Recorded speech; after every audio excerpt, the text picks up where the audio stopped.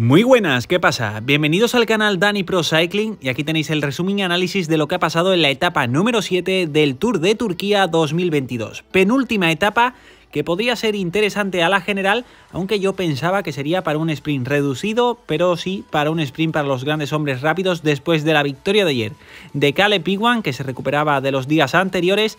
Y aquí veis la etapa, nos fijamos en ese puerto de segunda categoría, que al verlo al detalle era más duro de lo que parecía, o lo que a mí me parecía en un primer momento, si os fijáis, con rampa siempre rondando el 7-8%, así que podría ser interesante para la general. Comenzaba la retransmisión, 59 kilómetros para el final y 4 hombres en fuga, que eran Salming, Stockman, Wastert y Zukowski. Tenía una ventaja de aproximadamente 1 minuto y medio, ahí veíamos al líder, Eduardo Sepúlveda, que ayer lo atacaron de todos lados y hoy probablemente también lo veríamos. Se estaba rodando a un ritmo bastante rápido y el que veíamos sufrir mucho en la fuga era Samli, que lo hemos visto también en muchas fugas en estos 7 días, lo hemos estado comentando en varias ocasiones, pero después de estas dificultades que tenía en la bajada y también en las subidas, en general lo hemos visto sufriendo mucho. En el pelotón también se estaban produciendo algunos cortes en esta bajada con carretera estrecha, además de que estaba pegando el viento. Samli conseguía llegar y no se terminaba de descolgar, y en el pelotón el que saltaba era Tiriyaki, que también lo hemos visto saltando en muchas fugas en estos días anteriores. Se escapaba y cogía unos 20 segundos con el pelotón. Llegábamos al sprint intermedio, que no se disputaba en la fuga y se lo llevaba finalmente Samli. Por detrás Tiriyaki no conseguía contactar con la escapada y volvía al pelotón. Teníamos unos 40 kilómetros a meta y la ventaja rondaba el minuto aproximadamente, y a 35 kilómetros del final, que la carretera se ponía a picar para arriba, veíamos que se empezaban a descolgar en la fuga. Los primeros fueron Stockman y Salmi, así que se quedaban solo Wastert y Zukowski con apenas 30 segundos con el pelotón. Por detrás era el Israel el que comandaba el pelotón y metían un alto ritmo, así que ya empezábamos a ver que veríamos batalla por esa clasificación general. Patrick Bevin muy cerca de Eduardo Sepúlveda, y que ya lo había intentado en ocasiones anteriores. Cogían a los fugados cuando quedaban 32 kilómetros para el final y seguía el Israel llevando un alto ritmo. Todos esperando a que llegara el puerto de la jornada, con esas primeras rampas que ya rondaban el 7-8%, como hemos comentado antes. Se ponía la carretera a picar para arriba. Bevin aceleraba, pero el que arrancaba también por el exterior era Jayvine. El segundo y tercero de la clasificación general se iban hacia arriba, el pelotón se empezaba a cortar y al que no veíamos era a Eduardo Sepúlveda, y el que sí conseguía llegar a estos dos era el ciclista del Arkea, que lo veíamos por detrás, Nicolas Edet, que superaba a los que estaban persiguiendo y les cogía la rueda. Seguía a Jayvine dando ritmo, también pasaba por supuesto Patrick Bevin, sabiendo que estaban haciendo daño, y aunque querían llegar algunos por detrás, como el propio Eduardo Sepúlveda, que estaba tirando en primera persona, la ventaja iba aumentando cada vez más. También veíamos a Philipsen aguantando en esta subida con ese maillot verde. Se quedaban estos tres por delante, como hemos dicho, que eran Bevin, Edet y el que estaba mejor colocado en la general, Patrick Bevin, aunque estaban a pocos segundos entre ellos.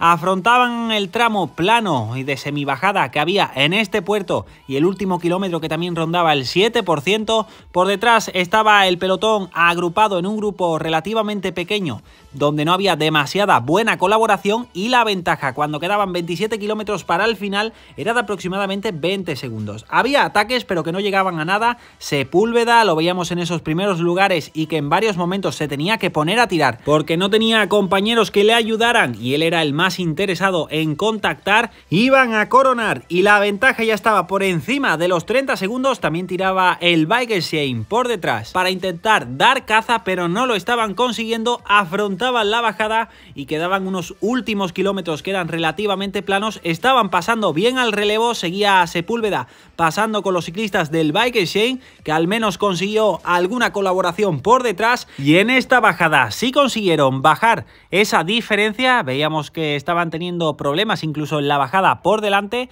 La diferencia se puso a 17 kilómetros del final cuando acababa esta bajada en unos 28 segundos según el GPS, pero una vez que entrábamos en esos últimos 15 kilómetros, que ya eran más de pedalear, lo que veíamos es que esa ventaja estaba volviendo a aumentar, Patrick Bevin era el que más pasaba al relevo y aunque le daban algún relevo, siempre lo veíamos en esos primeros lugares, algún compañero que pudo tener Sepúlveda, pero lo dicho, la ventaja iba aumentando 10 kilómetros para el final y se había puesto nuevamente por encima de los 40 segundos, llegábamos a los últimos 8 kilómetros y ya estaba en los 50 segundos, así que parecía que la clasificación general se le estaba yendo, en este caso a Eduardo Sepúlveda, y que se iban a jugar la victoria entre los tres que estaban por delante. Seguía aumentando la ventaja, últimos 6 kilómetros y ya estaba en un minuto. Patrick Bevin era el que más tiraba, algún relevo pero breve de Jayvine, y Edet, que era el que menos pasaba. Sepúlveda dándolo todo por detrás también en primera persona, pero lo dicho, la victoria estaba por delante. Todas las cámaras fijándose en los hombres importantes y los hombres también del Bike Exchange que no estaban consiguiendo hacer nada, y también había aguantado Jasper Philipsen, que en caso de que los cogieran podría disputar el sprint, así que Jayvine reservándose por delante y también reservándose en este caso Philipsen, seguían dándolo todo, y cuando quedaban esos últimos kilómetros de la etapa veíamos un movimiento que ha sido un poco controvertido con muchas fuerzas. Arrancaba Jasper Philipsen pero tenía a su compañero por delante, y lo que provocó que la ventaja bajara de los 50 segundos que estaba aproximadamente a los 35 segundos. Le conseguía coger la rueda el ciclista del Lotto de Buis y se quedaban a pocos metros del pelotón. Lo dicho, había hecho que se aumentara la velocidad por detrás, pero lo importante de la etapa estaba por delante. Nicolas Edet arrancaba con mucha fuerza al entrar en ese último kilómetro, pero Jayvine le daba caza, y en un momento de parón el que lo aprovechaba era Patrick Bevin, después de haber estado tirando prácticamente toda la etapa,